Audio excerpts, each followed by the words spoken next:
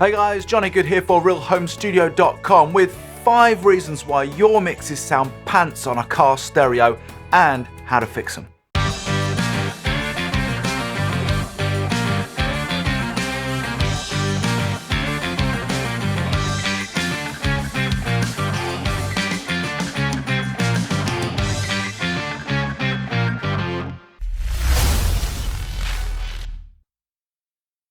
And just before we dive straight in, I want to remind you guys to like, subscribe, and if you've got something to say, please do drop it in the comments box below. So we've all been there, right? You've worked on a mix for a day or two. It sounds great in your home studio, sounds great in your monitors, you work with it in your headphones too.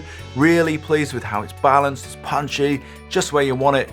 And you go and make yourself a cup of tea, you celebrate, you think, do you know what? Wouldn't mind a pack of biscuits too. So you hop in your car and you think, why not multitask? Let's take a listen to that mix on your car stereo system as well. I really want to hear how it jumps out of those speakers and sounds so fresh. You put it on and it sounds muddy, it sounds boomy, you can't hear the vocals. You wallow into a big, deep depression and you vow never to mix ever again. But do not despair, it happens to the best of us. So here's 5 reasons why that may be happening to your mix and 5 suggestions on how to fix it. So let's kick things off with number 5, in no particular order, a mix that just doesn't have enough low end when you put it on the car stereo. Where did it all go? This is such a common problem when you transfer a mix out onto another source. Today we're talking about car stereos, and the low end just falls apart. And this is really common because home studios rarely have the quality of acoustic treatment that a professional studio does have, and it's very common to get a lot of bass build-up. So if you're mixing in an environment which is generating a lot of extra bass build-up, you're going to compensate your mixes by dialing out way too much bass. So to deal with this, ideally you want to get some acoustic treatment up in your room. Some bass traps in the corners would be ideal. If that's not an option, perhaps getting creative with the furnishings to really help soften out and mitigate some of the bass issue you're experiencing in your mixing environment.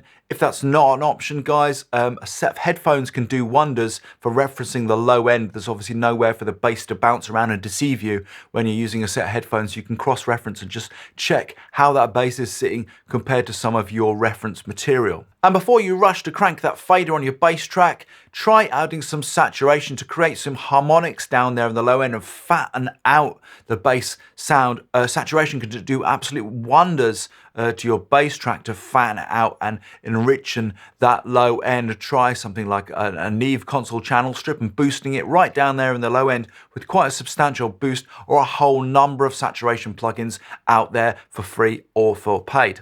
Number 4, we're talking about mixes which sound muddy and heavy, sluggish and thick. We're looking at the low mids, around 200 to 500 hertz. And this is a classic issue for tracks that have been recorded and mixed in home studios, that build-up of the low mid area, which just leads to a muddy mix. So reaching for an EQ around this area can really do wonders, as well as taking a look at tracks and having a look at your high-pass filtering and seeing what you can filter out, especially with things like banks of synths and stuff, which may well not need some of that low-end information in your track and maybe clogging up the guitar. So take a look and a listen to your individual tracks and see if some further subtractive EQing can be done. Number 3, vocals just not coming through, not being up front in the mix, and this is a classic giveaway of a rookie mix, so it's one you absolutely want to get sorted. I always say you can get away with just about a multitude of sins on a mix, but you've got to get the vocals right. Now the good news is, if you've just done stage 4 and you've been cleaning out a lot of the mud from the mix and a lot of that low mid material, you may already find that your vocals are coming forward a lot more just by being subtractive in some of those problem areas in the low mids. And by doing that, you may now find that you can reduce the amount of high-pass filtering you've done on your vocal. And by reducing that, you're going to add some body back into your vocal. Applying an analog style compressor to vocals can really do wonders as well. Something like an LA3A, I really like MJUC by Klanghelm, a great inexpensive analog style compressor, which I think just sounds absolutely killer on vocals. You don't need to smash the compressor either, guys. There's nothing worse than hearing a mix with a really smashed out vocal, in my opinion. Just dial it in gently. We don't need a huge amount of gain reduction here. We're really also looking for the tone characteristics as well as some gain reduction to smooth out that vocal performance. This will in turn add richness and roundness to your vocal as well as pushing it forward in your mix. Number 2, your master sounds quiet compared to your reference tracks when you're having a listen back. This is such a common question across the board on social media, everywhere online. It seems to always be the hot question about mastering. And the fact is, if you've mastered for online streaming and you're using an LUFS meter and you mastered to around -14 LUFS and you have done a rock track and you're comparing it to, let's say, a Chili Peppers or a Foo Fighters rock track from the early 2000s, your track is going to sound way quieter because it is those guys at the time were smashing the masters. Indeed, if you just take a listen critically, particularly to some of the Foo Fighters and the Chili Pepper stuff that I mentioned, they're really smashing out those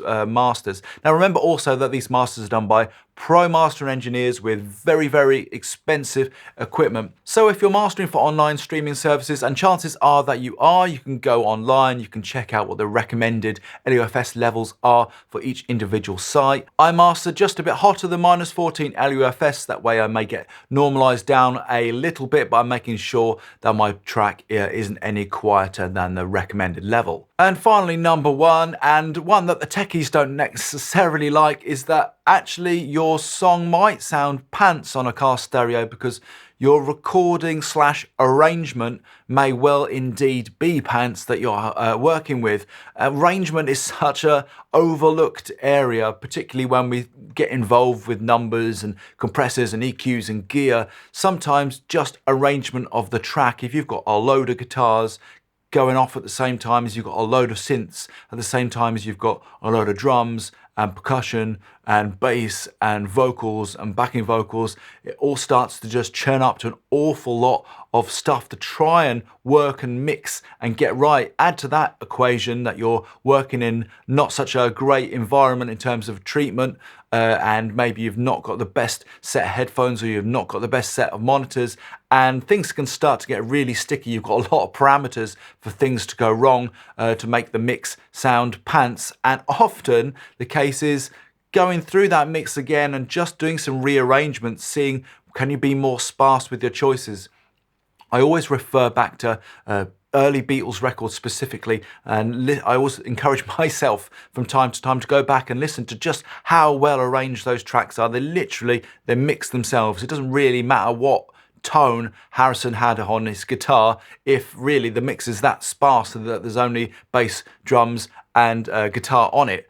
So go back to your track, see if you can rearrange it. That often can really solve so many problems within a mix. So re-looking at your arrangement, and indeed if you need to, do some re-recording. So there you go, that was 5 reasons why your mix might sound pants when you play it back on a car stereo. Don't worry if it's happened to you recently, it happens to all of us. It's all part of the learning curve, all part of the fun. Just look at it as a great opportunity to learn and move forward and improve your skill set. My name's Johnny Good for Real Home Studio. If you enjoyed that today, please do go check out realhomestudio.com, where I've got a whole bunch of freebies for you, including a 6-part mixing course called the Virtual Console, where you can really hone your skills and learn the fundamentals to building a superb sounding mix.